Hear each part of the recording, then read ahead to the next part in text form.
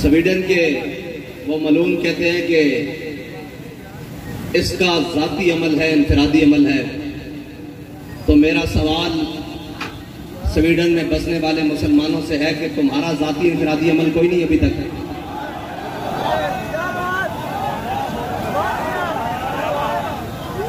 अगर तुम कलमा पढ़ते हो तो तुम्हारा भी जाती इनफरादी अमल इस वक्त बहुत सारे हो जाने चाहिए थे। बस इसका तो दूसरा हल है ही कोई नहीं। और दूसरा, अगर उसका जाती है तो फिर तुम्हारा भी तो जाती खालिद इब्नुल वलीद वाला होना चाहिए। तुम्हारा जाती अमल भी तो उमर बिन खत्ताब वाला होना चाहिए। तुम्हारा जाती अमल भी तो जनाब गाजी इल्मुद्दीन वाला होना चाहिए। तुम्हारा जाती अमल भी तो आमिर अब्दुर्रहमान शिमा वाला होना चाहिए। तुम्हारा जाती अमल भी तो जनाब मुमताज कादरी वाला होना चाहिए।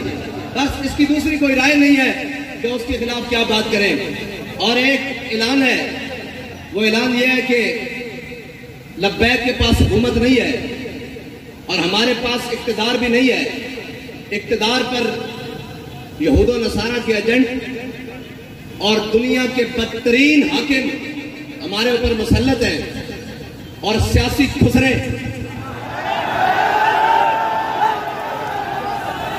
वो हमारे ऊपर मुसल्लत हैं और जिनका न दीन है न ईमान है, वो सिर्फ और सिर्फ इक्तदार की हवस में अपना सब कुछ बेचने के लिए तैयार हैं।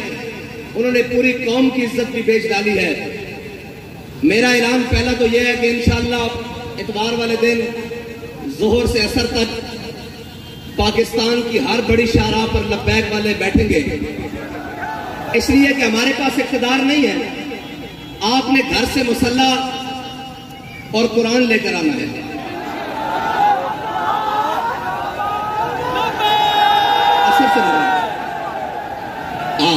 असर से मगरिब तक सबने इतवार वाले दिन कुरान और मुसल्ला लेकर आना है। हाथ ऊपर करो जो लेकर आए।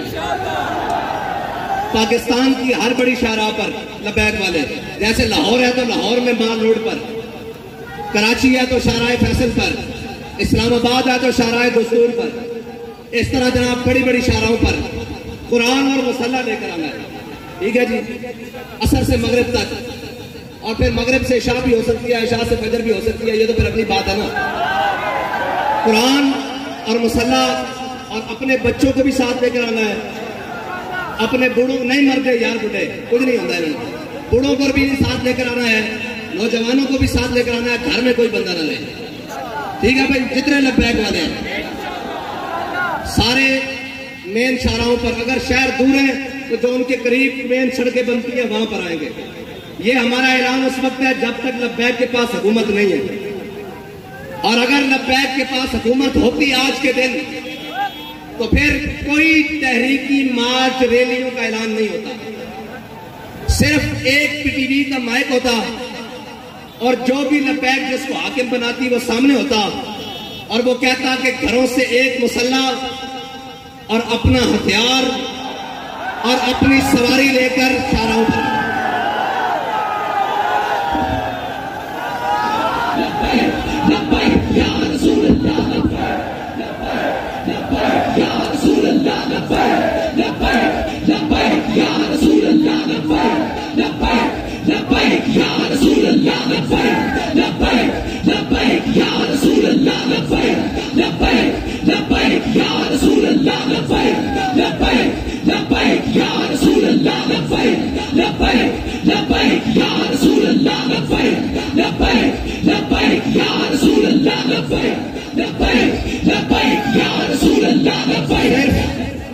सिर्फ ये हमारा ऐलान होता कि अपना हथियार, अपना मुसल्ला, और सरों पर पगड़ियां तो हमने बांधी इसलिए है कि वो कफन के लिए है। वैसे भी सफेद सूट बांधते हैं, वैसे भी शहीद तो जिस हालत में भी चला जाए। और अल्लाह की कसम, ये यूरोपीय यूनियन नेटो की बात करते हैं, पूरी दुनिया इनके कदमों में आ जानी थी। अगर ये ऐलान आज भी कर दें कि तमाम मुसलमान जो चाहते हैं कुरान की इबादत हो तो अपना मुसल्ला बाईं बगल में और अपना हथियार दाईं बगल में, और हाथ लब्बैक के नारे साथ बुलंद करते हुए बाहर आ जाए। हम बात करने जा रहे हैं आलम कुफर से कि या तो तुम नहीं या तो हम नहीं। ये है इलाज इनका, और कोई इलाज नहीं है। ये कुरान बाबा जी पहले भी कह के गए हैं, ये कुरान इसलिए जलाते हैं कि तुम मलून हो, तुम हाकिम बेशरम हो। वरना यार एक इसराइल, इतना सा इसराइल, आज उन्होंने इस बात को शामिल किया है कि ठीक है जी मुसलमानों का भी एहतजाज, लेकिन हम इसको इसलिए नहीं चलने देंगे कि जनाब इसमें तौरात और यहूदियों की तौरात और इंजील है जी, ये सारी इसका भी जलाने का उन्होंने ऐलान किया है। लिहाजा हमसे बात इसराइल के सफीर ने की है, हम आइंदा के बाद इसकी इजाजत नहीं देंगे। इसको गैर कानूनी करार देने लगे हैं। डूब के मर जाना चाहिए पूरी उम्मत मुस्लिमा को, पूरी उम्मत को डूब के मर जाना चाहिए, इसलिए कि उनका एक सफीर के चंद लफ्ज वो काम कर गए जो पूरी 1.5 अरब मुसलमान नहीं कर सके। इकबाल कहता है हिफ्ज़ कुरान अजीम आईन तुस, इकबाल कहता है कुरान की हिफाजत ये तेरा पहला आईन है, इस्लाम का आईन है। हिफ्ज़ कुरान अजीम आईन तुस, ये तेरा पहला आईन है। और हरफ हकरा फाश कुतन कहता है जब भी हक की बात आ जाए सरे बाजार करना ये तेरा दीन है, ना तो आईन है। अब पूछते हैं लब्बैक वालों का आईन क्या है? आज के बाद आपको हमारा आईन पता लग गया है। अगर लब्बैक के बाद पास हुकूमत आई और अगर किसी ने ऐसी हरकत की तो हमारा इलाज एक ही है। और हमारे जो बाहर बैठे हैं ना भाई, वो कहते हैं जी ये जिहाद का नारा ना लगाएं, इनको तकलीफ होती है यूरोप को। मैं कहता हूं दब के लाओ ताकि इन्होंने पीड़ पूरी हो गई।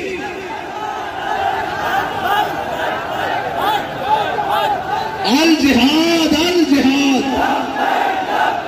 अल जिहाद अल जिहाद अल जिहाद अल जिहाद। और नहीं कोई ऐसी दुनिया अफलाक के नीचे, नहीं कोई ऐसी, इकबाल कहता है ना, नहीं कोई ऐसी दुनिया अफलाक के नीचे बेमार का हाथ आए तख्ते जमो के। इकबाल कहता है दुनिया में कोई ऐसी जगह रह नहीं गई कि मुसलमान कहे हम वहां इज्जत से हुकूमत कर रहे हैं। इकबाल कहता है उसका एक ही तरीका है कि जिहाद के लिए मोहम्मद अरबी की तलवार उठा लो। नहीं कोई ऐसी दुनिया अफलाक के नीचे बेमार का हाथ आए तख्ते जमो कह। और आगे इकबाल कहता है कि दिल की आजादी शहनशाही शिकम सामान मौत, ऊपर से लेकर नीचे तक शिकम के लिए बैठे हुए। दिल की आजादी है ही नहीं, अगर होती तो फिर कुरान की आजाद, कुरान के हुर्मत के लिए बात होती, कुरान के तहफ़्फ़ुज़ के लिए बात होती। एक से एक बढ़ के लाइन आए, कहते हैं जी ये जनाब ऐसे आएंगे, ये वो आएंगे, पाकिस्तान को ऐसा कोई भी नहीं मिलेगा। जब तुमने कुरान को छोड़ दिया, हुजूर की नामूस को छोड़ दिया, हमें कोई परवाह नहीं, तुम सारे समेत जल जाओ, तुम्हारा सब कुछ जल जाए, जमीन और आसमान आफात और बलियात सब जल जाए, हमें इससे परवाह कोई। जब तुम्हारे दिल में कुरान की अजमत नहीं तो तुम भी जल जाओ, तुम्हारा घर भी जल जाए, तुम्हारे असबाब भी जल जाए, हमारी आंख में भी बल नहीं आएगा। हाँ, इसलिए हमें कोई तकलीफ नहीं। हमें अगर तकलीफ है तो कुरान के जलने की है, इसलिए कि वो तकलीफ इसलिए, हाँ अगर तुम्हें कुरान के जलने की तकलीफ होती तो फिर जो हाथ तुम्हारे जाने वाला उस हाथ को हम तोड़ दें,